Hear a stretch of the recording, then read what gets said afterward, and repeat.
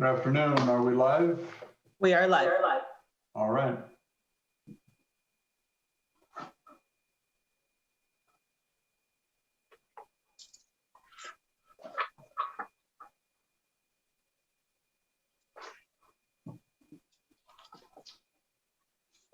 Ms. Cook, I see you there. Are you joining us?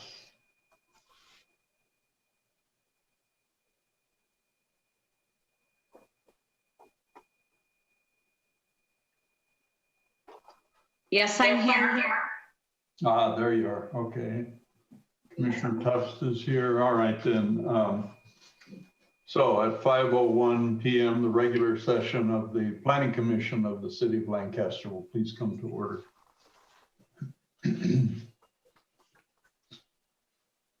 I'll offer a brief invocation if you'll pray with me.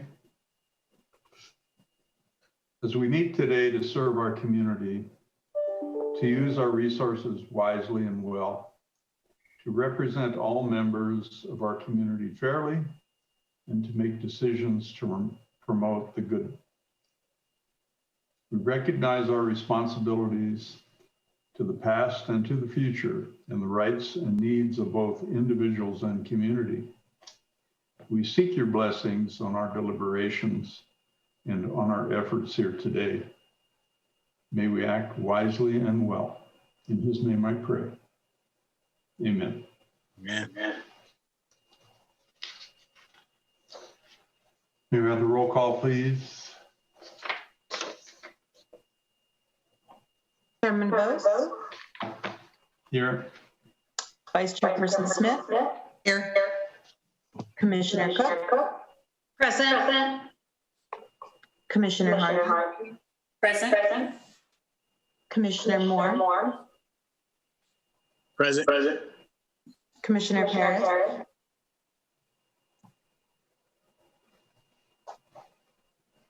I see you, Commissioner Paris. Commissioner Tufts. Present.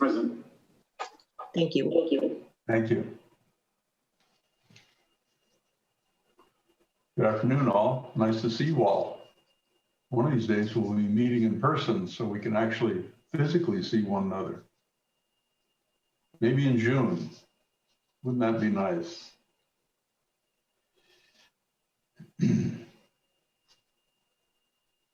All right, this is the time for public business from the floor. If we have anyone who wishes to speak to us relative to agenda items, once we call the agenda item and hear a staff report, we'll call on the public then to make their comments as well as the applicant. Typically, we give the applicant sufficient time to present their comments relative to their project if they choose to do so. Go. The secretary will make the appropriate announcements when we get to that time. For the record, we've received a number of comments via letters and correspondence on item number 3, a correction as it relates to resolution 21-09. On item number 4, we received correspondence from Caltrans, Department of Fish and Wildlife, Antelope Valley Air Quality Management District. And there's been a slight change or a modification of the condition list. On item number 5, we received a letter from Mitchell Tsai relative to CEQA. And we also had a Caltrans correspondence on that item.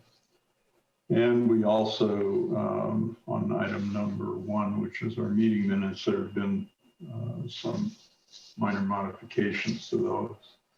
So our first action item this evening is the approval of the minutes of our regular meeting of April 19th, 2021. Or if he's online.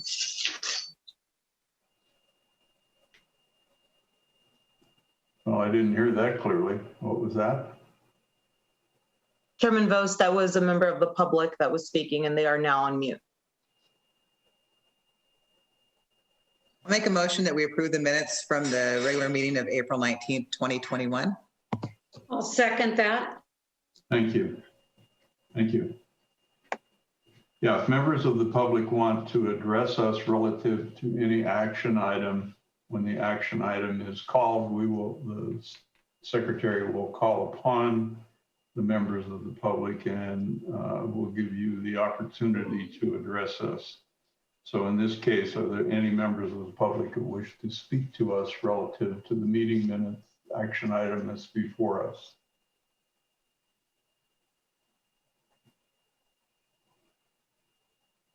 Hearing none, then please call the roll. Chairman Bose, Yes. Vice Chairperson Smith, Yes. Commissioner Cook, Yes. Commissioner Harvey,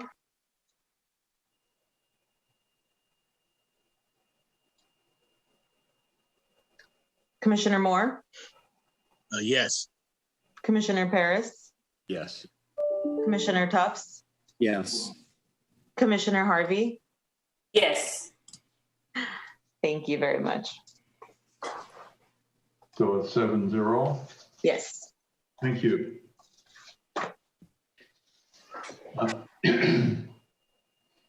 All right, then we have a number of public hearings tonight. The first public hearing is item number 2, which is tentative track map number 74904 and conditional use permit number 12-06, which is a request for extension. So without objection, the public hearing is open on this matter. Ms. Swain is presenting. This is a matter that's been before us a number of times. A brief report would be appreciated, Ms. Swain. Okay. Chairman Bose and members of the commission, on May 15th, 2017, the Planning Commission approved tentative parcel map 74904 to subdivide approximately 80 acres into 4 lots. At that time, the expiration date of CUP 1206 for the construction of a church was tied to the expiration date of the parcel map.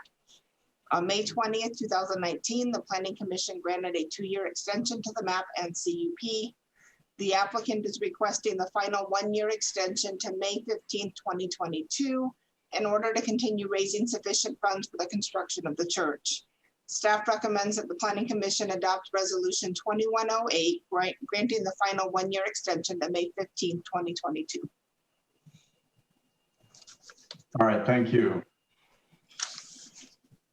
Any members of the commission, anyone have any comments on this item? Questions or otherwise? No? All right, then could you please announce the opportunity for the members of the public to address us? At this time, the public phone lines are now open for those wishing to speak on the public hearing for this item. Any callers wanting to comment, please speak now and wait until you're called upon. Speakers are limited to 3 minutes each.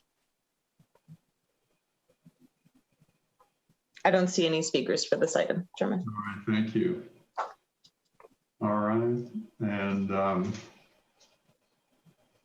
anything further from anyone? If not, we'll close the public hearing without objection and consider a motion. I'll make a motion to adopt resolution number 21-08, granting a 1-year extension to May 15, 2022 for the tentative parcel map number 74904, conditional use permit number 12-06 for a 4-lot subdivision and 32,524 square foot church in the RR 2.5 zone, APN 3170-008-032. Thank you. A second. Thank you. King seconds. Yeah. All right, thank you. Anything further?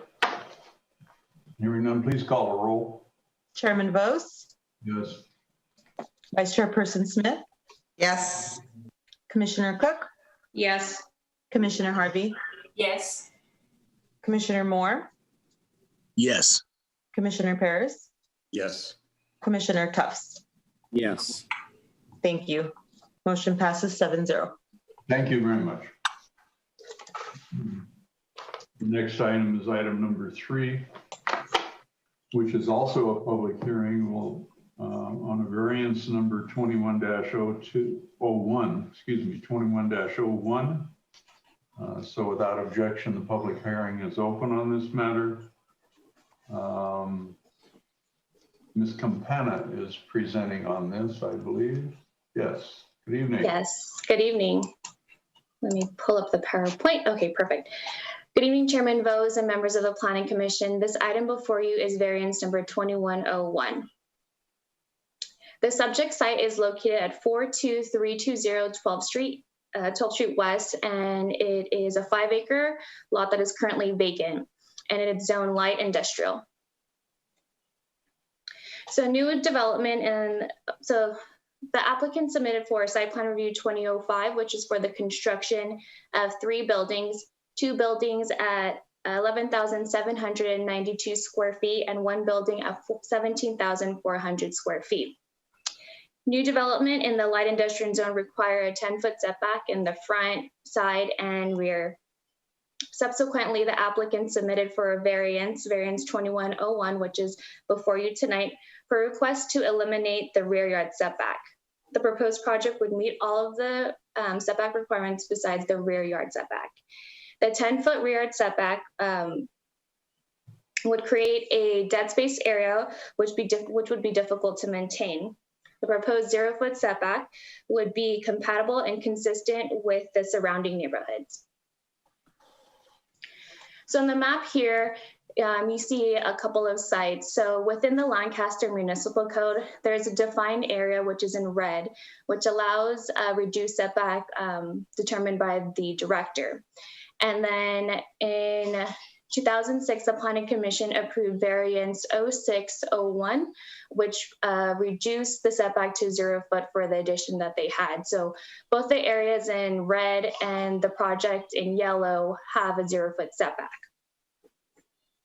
Approval of the variance would grant the applicant the same standards and requirements as the nearby properties. Therefore, staff recommends that Planning Commission adopt resolution 2109, approving variance 2101 for the elimination of the rear yard setback to allow for construction of the 2 11,792 square foot industrial buildings and 1 17,400 square foot industrial building located at 42320 12th Street West. That concludes staff's presentation. The staff and the applicant are available for any questions. Thank you. Do you have the floor plans available? Pull up on the screen. Yes. Thank you. Let me pull them up right now. Thank you.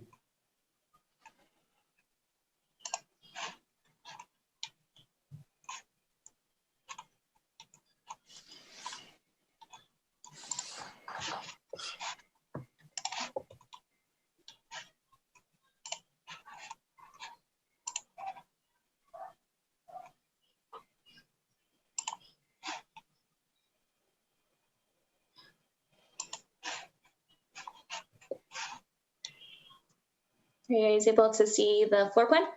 That's fine. Yeah. Okay, perfect. Yeah, that's sufficient just to demonstrate what I wanted to speak about.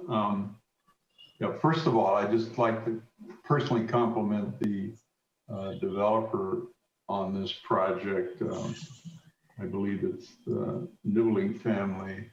This project is certainly sorely needed within the community. And if you look at the floor plans, you'll notice that they've included electrical rooms, equipment rooms, switchgear within the structure of the building, not hanging on the outside of it like so many projects that we've seen previously.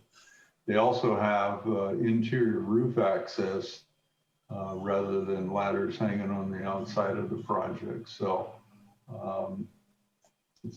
from my point of view, it's very well designed and obviously needed within the community. One of the, and these are what type 3 buildings, I guess, which are 3Bs, which are not fire sprinkled, although they are of masonry and concrete tilt-up construction. Is that correct? I will let the applicant speak on that. Shauna Ricker from Duke Engineering is on the line as well. Okay.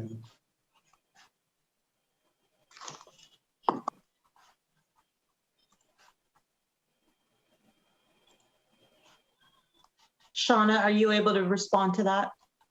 Yeah, sorry about that. I was still muted. I'm here with Ryan Duke as well, and yes, these will be concrete tilt-up buildings.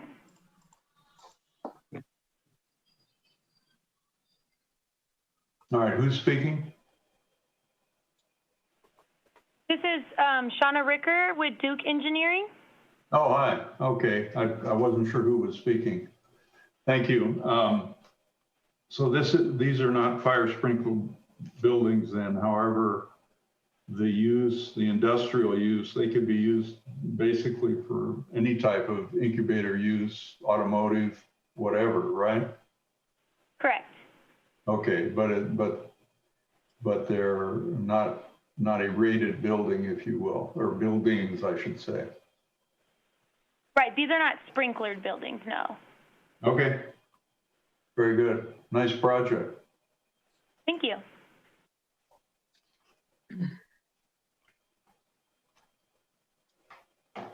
All right, that's all I have. Members, any questions or comments on this project?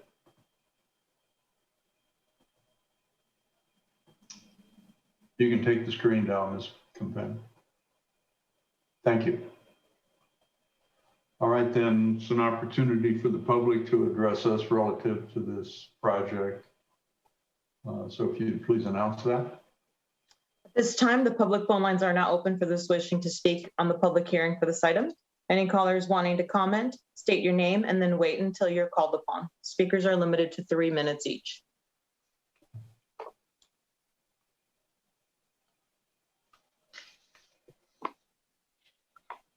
I don't see any speakers on this item, Chairman Bose. All right, thank you. So no further comments or public comments. The applicants completed their comments. So we'll close the public hearing without objection and consider a motion on this matter. I move to adopt a resolution number 2109, approving the variance number 2101. That's Second. as amended, since there was a correction. Sorry about Perfect, thank you. You have a second, please? Second. Okay, thank you. All right, anything further? Please call the roll. Chairman Vos, Yes. Vice Chairperson Smith, Yes. Commissioner Cook, Yes. Commissioner Harvey, Yes. Commissioner Moore, You're on mute. Yes. Commissioner Paris, Yes. Commissioner Tufts. Yes. Thank you. Motion passes 7-0. 7-0, very good, thank you, and good luck with the project. Get it growing out of the ground, we need it in this community. Very good, thank you. Thank you. All right then, the next item is item number 4, which is tentative track map number 82208. And so without objection, we'll open the public hearing on this matter. The staff report is Ms. Alvarado this evening, I believe. Yes. Lauren? Good evening, Chairman Bose, and sorry, were you ready? Good evening, Chairman Bose and members of the Planning Commission. This item before you is tentative track map number 82208, a request to allow for a subdivision of 75 residential lots in the R7000 zone. The site is approximately 20 acres with lots ranging in size from 7,000 square feet to 14,930 square feet. The proposed project includes meandering sidewalks along Avenue J8 and 55th Street West with landscaping along the perimeter, as well as a roundabout at the intersection as well. A notice of public hearing was mailed to all property owners within a 500-foot radius of the project, posted on the subject property, and noticed in the newspaper. Staff has not received any opposition. In conclusion, staff recommends that Planning Commission adopt resolution number 20-10 approving a tentative tract map number 82208 to allow for the subdivision of 20 acres into 75 residential lots in the R7000 zone, located in the northwest corner of 52nd Street West and Avenue J8 with a and adopt a mitigated negative declaration. This concludes staff's presentation. I do have a few of the applicants on the phone call here, and I'm available for any questions.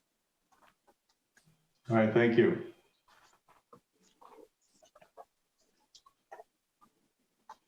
The applicant or their representative is here if they care to add anything. It's a very complete report.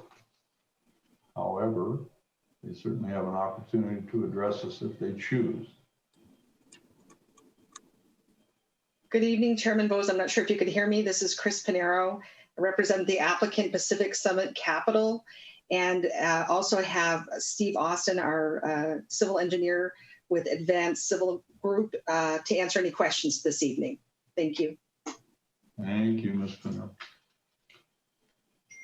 All right, members, do you have any questions or comments on this item? Speak right up.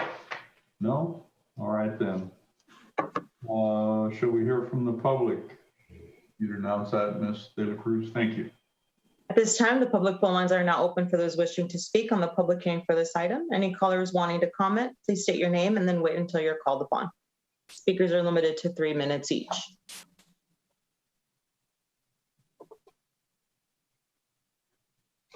There are no callers for this item, Chairman Bose. All right, thank you. All right then, nothing further from anyone. It's appropriate to close the public hearing without objection and consider a motion on this matter.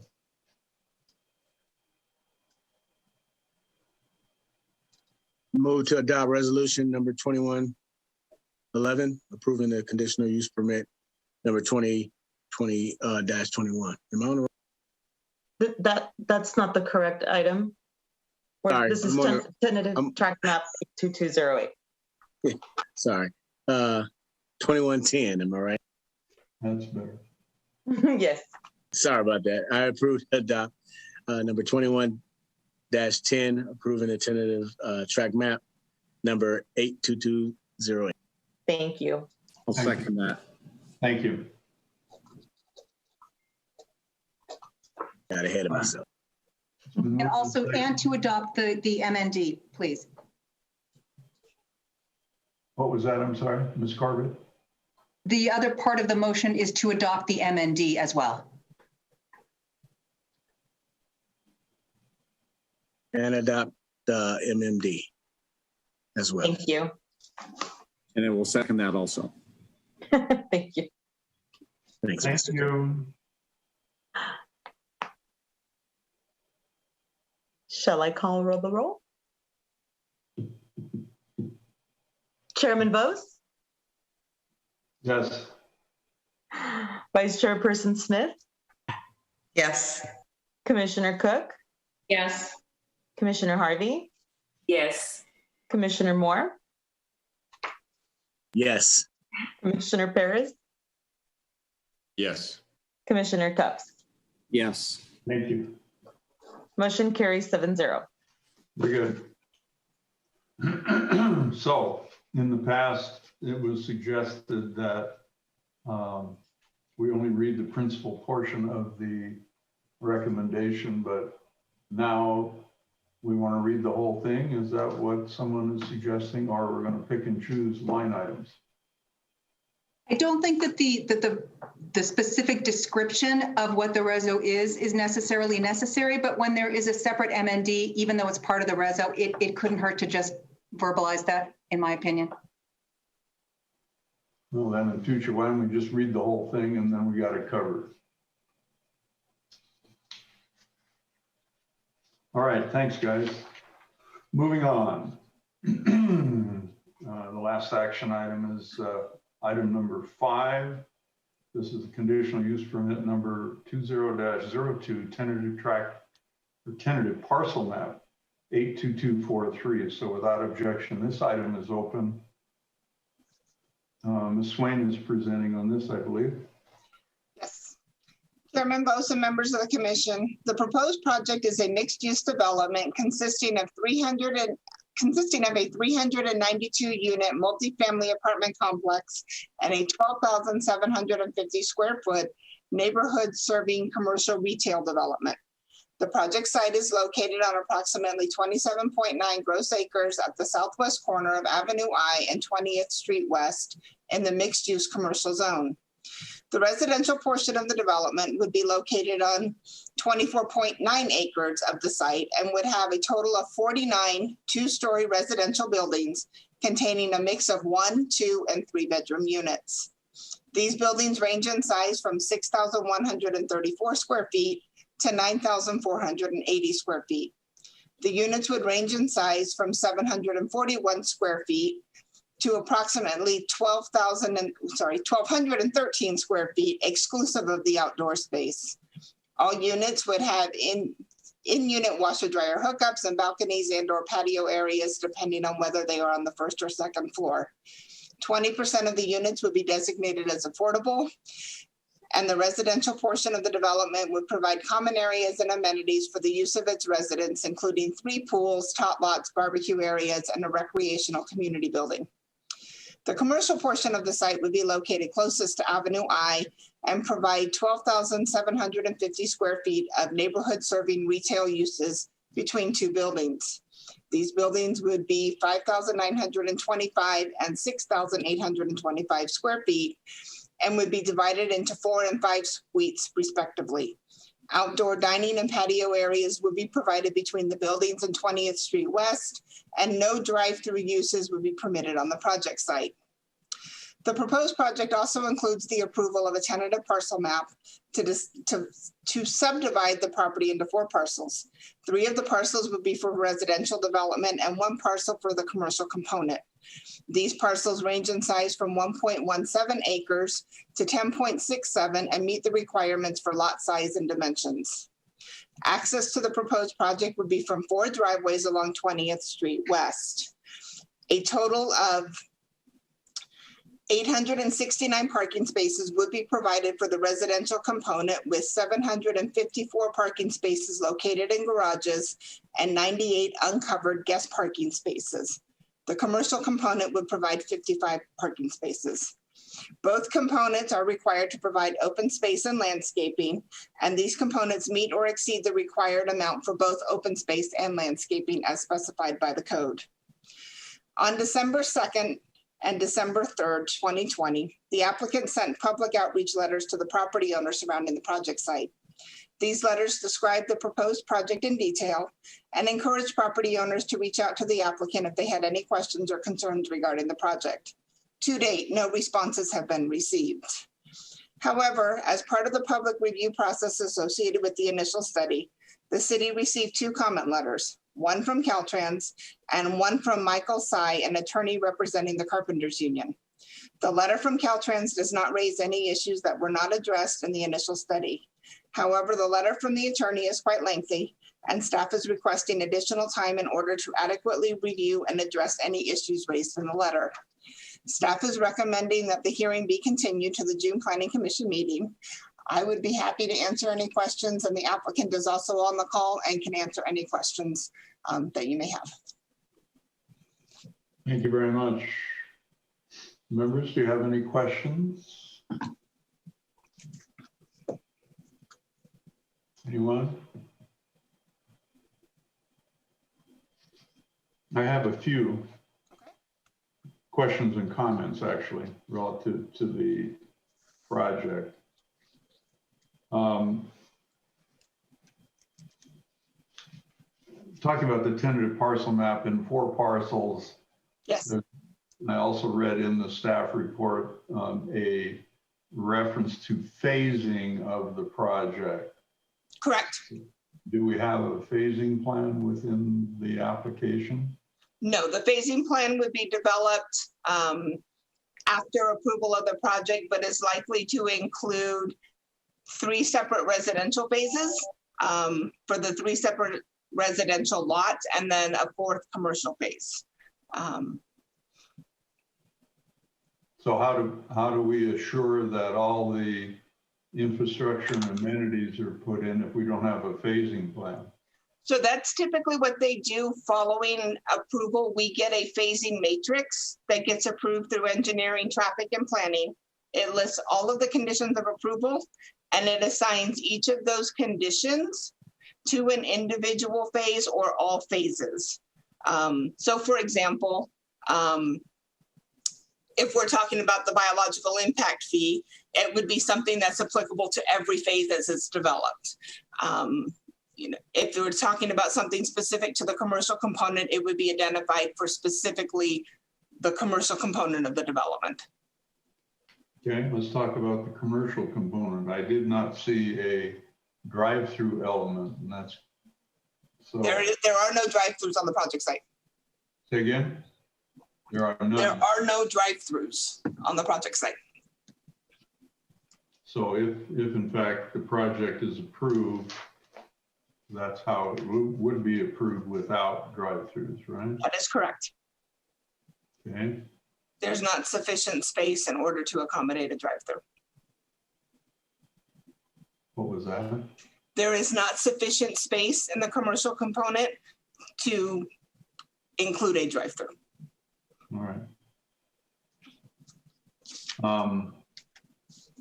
The buildings themselves. Mm-hmm. On the floor plans that were shared with us, it's a rather large file, or files, I should say. I could only discern switchgear on one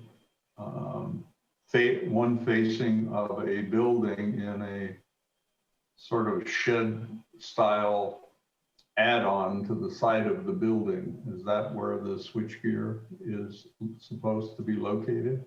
Correct, and it will be screened. So it's included within a portion of the building with doors to the outside, and there's landscaping around the buildings. What about roof access ladders? Where are those located? So those will be inside the buildings for the residential components for roof access, but I believe all of the air conditioning units are on the ground and screened. And so they would not be accessing the roof for those maintenance items. So on the commercial component, I couldn't see roof access ladders or switchgear locations either. So in my conversations with the building official, roof access ladders are only required if the buildings are above a certain height. And I don't believe that these are above that height. If they are above the height, it would be interior to the building. So is there a condition written into the project that there will be no exterior ladders at all and no exterior switchgear at all on any commercial component? There is not at this point, but it can be added. I didn't understand you clearly, Ms. Swain. The answer is yes? It can be added, Chairman Vos. Go ahead. It's not presently there, Chairman Vos, but it can be added. Okay, only one at a time. If you talk over one another, I can't hear you. The answer is yes. It can be added to the conditions of approval. Okay. So the answer is yes. No exterior switchgear, no exterior ladders. We will make sure those conditions are on there. Okay. On the residential component, on the garages, which is a excellent amenity for projects of this type, could you pull up a site plan showing where typical garages are located, or the whole site plan you had previously?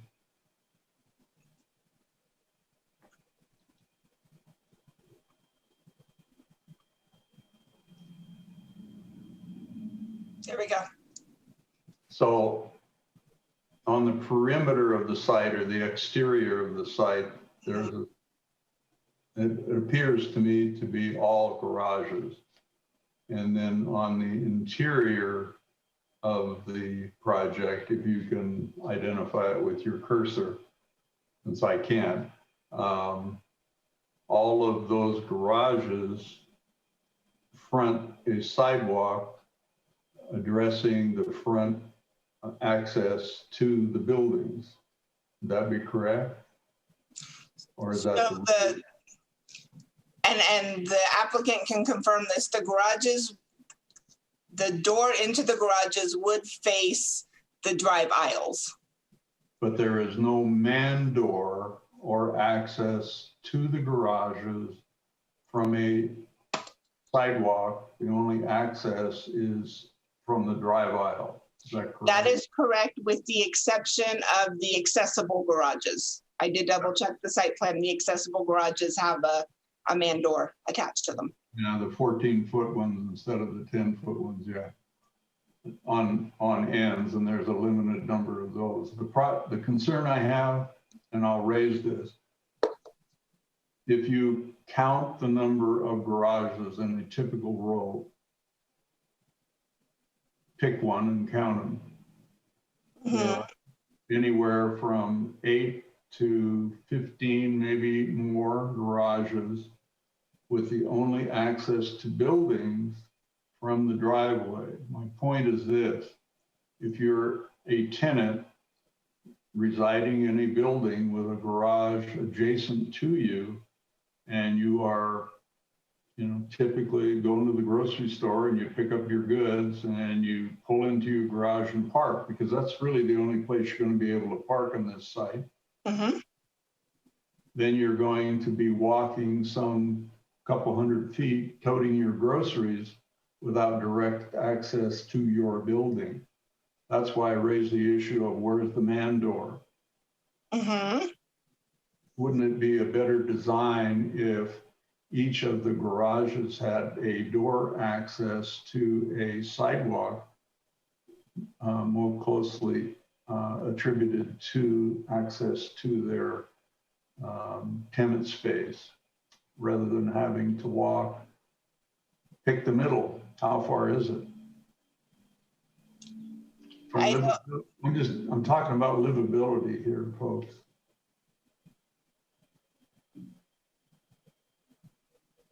Maybe the applicant can tell us why he designed them this way. Yeah, I know Russ Corey is on the phone or on the call, and he may be able to address that. Hello, this is Russ Corey. I can address these items. Can you hear me? Yep. Okay. As far as the garages, the largest bay of garages adjacent to the units are 12.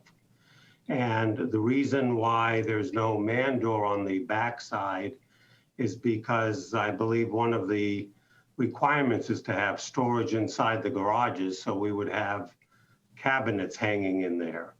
So it would be very difficult to put a door there. But the largest garage adjacent to the buildings is 12 spaces.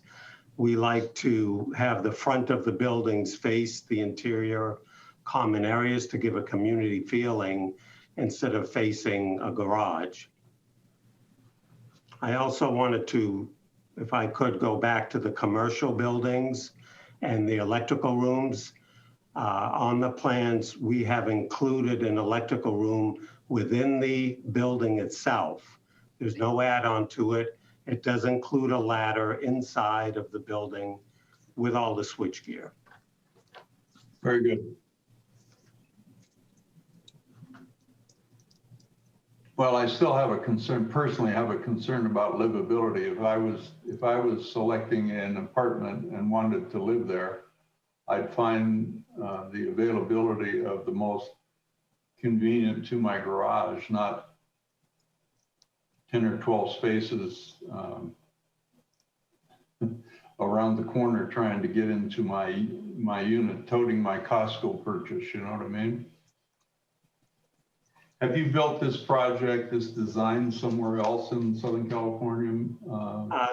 This project was built, we originally bought a parcel of land that came with the plans in Victorville.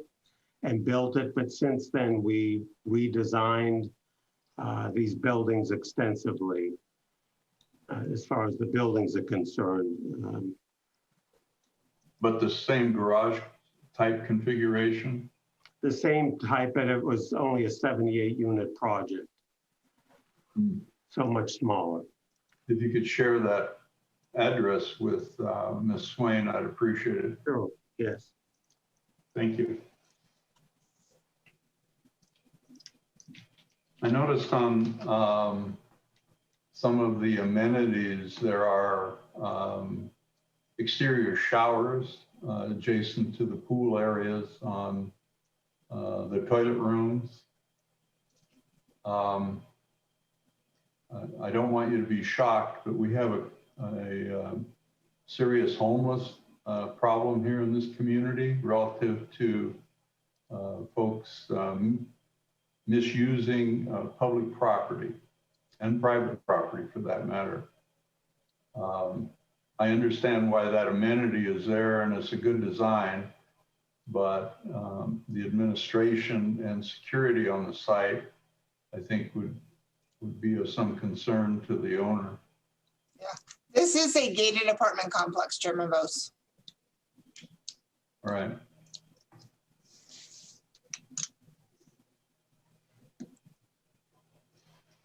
I think that's all I had to comment on. Oh, question about the, I think I read in the report, it did talk about the 78 units that would be provided at a rent rate of 60% of the LA County median income. Correct. So approximately what would the rent rate then be for those types of units? At 60%, maybe Mr. Court can tell us. I don't know about this particular project, and Russ can chime in, but other recently approved affordable units for a similar type of development are going between $1,200 and $1,400 up to $1,600 or $1,700 a month. That's the 60%. So it's 60% of the Los Angeles County median income is what defines low income units. Okay. And market rate is substantially higher. Yes. And the vacancy rate in Lancaster is under 5%, right? At the moment, my understanding is that we have a really high need for a variety of different types of housing to accommodate workers coming in. Let's talk about the land use here, and one of the comments, some of the comments I've read talks about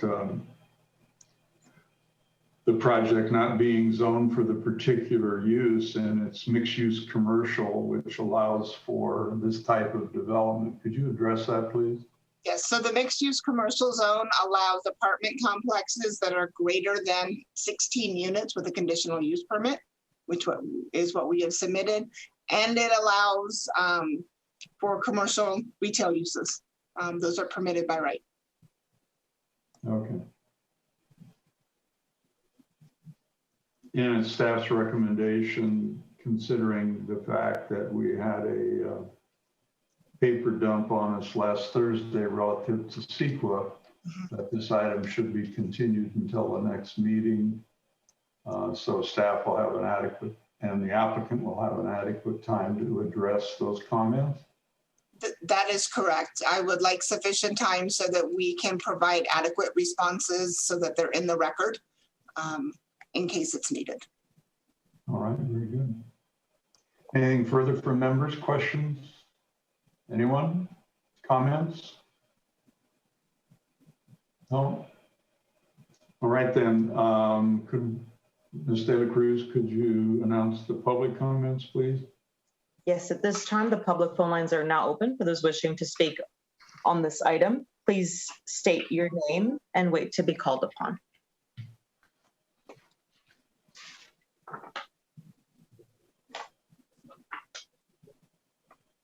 I don't see anybody wanting to speak on this item, Chairman Vos. All right, thank you.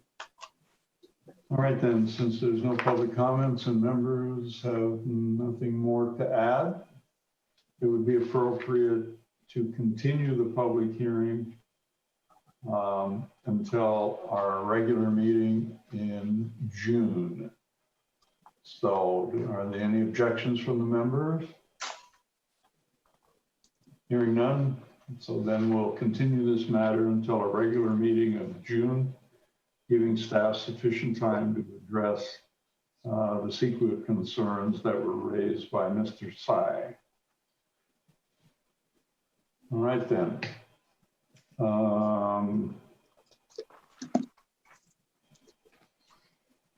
Okay, it comes down to now the point of public comments. Well, I'm sorry. Community Development Manager's announcements. Ms. De La Cruz. Thank you, Chairman Vos. Just a reminder that at our June meeting, we will be giving the commission an update on our housing element update.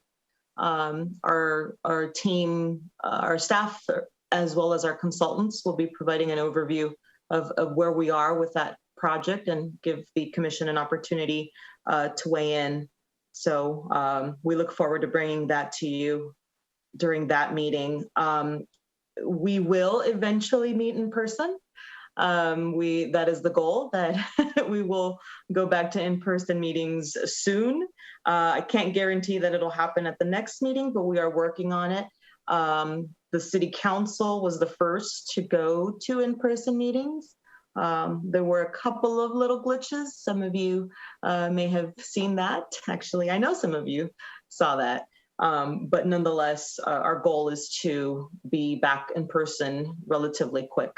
So we look forward to that. And that's all I have for this evening. I had mentioned to you, Ms. De La Cruz, earlier that we would like, if you're prepared, to give us an update on our commercial cannabis conditional use permits that are either operating or prepared to operate. And, yes. and we may ask for a report from some of your colleagues as it relates to the illegal cannabis cultivation activity in and around the city's jurisdiction in June. We are prepared to discuss the items that are approved. I could speak to that. And so far, we have 13 approved conditional use permits. Of the 13, there are 2 in operation, one of which is the Syndicate. This is at Trevor and H6. This is one of the first, it was in the kind of first group of CUPs that the commission approved. The second location is Yucca Foundry at 44211 Yucca. And there's a third that is pending occupancy at 8th Street East. We believe that they'll be coming online fairly quickly. The other conditional use permits it is still unknown when they will open and be operational. As for the other requests, Chairman Vos, I'll have to get back on what options or what information we can bring back to the commission. Maybe Mr. DiRico on public safety could find a few minutes to share with us, either before or after, at the end of the meeting, whatever his schedule would accommodate, or whomever. It doesn't have to be him; it's whomever. Okay. Thank you.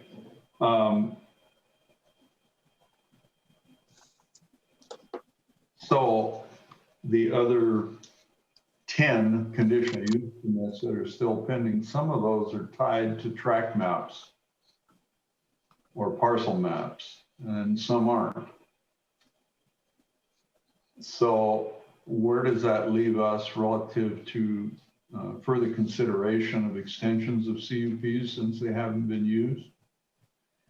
CUPs are, when it's a standalone CUP, they're given an initial 2 years of life. After those 2 years, there is an additional 3 years with extensions. The extensions on conditional use permits do not require planning commission approval. When they are tied to a map, the life is the same. Those do require planning commission approval. So when those are coming up on their life or end of their life, you would see those. So there are some, I believe, out by Fox Field that were tied to maps, if I recall. That is correct. Those are over 2 years old, I think, aren't they? We'd have to confirm. I do believe, and Ms. Swain, correct me if I'm wrong, they had an additional map. Right, so and it's coterminous with that map that the commission approved last year, I believe. Yeah, Chairman Bose, the Foxfield Cannabis Project for the Sealands, I think it's CUP 1716, that we approved in August of 2017. I think it was, no, it may have been 2018. Anyways, we approved that one. Then we approved a parcel map in January of 2020. And the expiration date of that use permit got tied to that parcel map. So in January of 2022, that parcel map will come up for its extension. So my point is everybody's keeping track of it and like we do with all the other maps. That is correct. On these matters, we do have an ongoing list, Chairman Bose. So the big hype in the 17s to bring medical cannabis online into our community on commercial cannabis has generated basically 2 out of the 13 that are actually in operation 5 years later. That'd be a fair statement. It took them a while to get up and running. You know, a lot of the challenges were with fire department and health department. You know, a lot of this was brand new to them and how to regulate, and it took them a little bit of time to figure it out. On this, those agencies took a lot longer than even we anticipated. But the administrative side of it, the city side and other governmental agencies, at least was shared with us back in the 17s and 18s. Everybody was on board and operating very directly and helpful to the applicants. If the applicants delayed in the process and bringing their projects through the governmental process at a slower rate, that just slowed down the ability to even have approvals in hand, right? Anyway, it'd be interesting to know how much revenue is being paid into the jurisdiction as opposed to the real cost of jumping through the hoops for the last 5 years, if there's even an offset. All right then, anything further from members?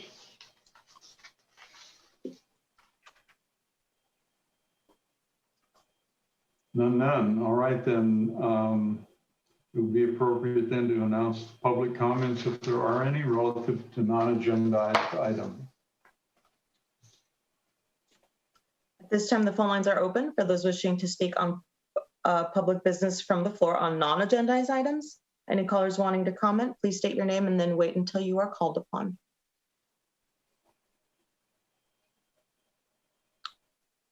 I don't see anybody wishing to speak on this, Chairman Vos. Mr. Ferris's puppies want to say something, I think. Oh my God. Everybody's got puppies tonight. Who else has got puppies in their lap? All right, that's cool. Your puppies are pretty big, Rutger. My gosh. Look at those guys and girls. Holy Toledo. That's an 80-pound lap dog. Holy. I think they should join us when we go live, when we go to in person. Well, they're comfort animals. You should be able to bring them to the meeting. I think that's appropriate. Wouldn't everybody agree? Yeah. Yes. We can all bring ours. That's great. All right, then. No public comments? None. All right, then. Okay. It's good to see everyone, and hopefully we will be able to meet next month in person. It's been too long. All right, then. So we stand adjourned to our special meeting of June 14, 2021 at 4:30 p.m. And if it's telephonic, pursuant to the Governor's Order N-29-20, it'll be published that way. If it's in person, it'll be published that way. All right, then. Thank you all. Have a pleasant evening. Thank Good to you. see you all. Enjoy.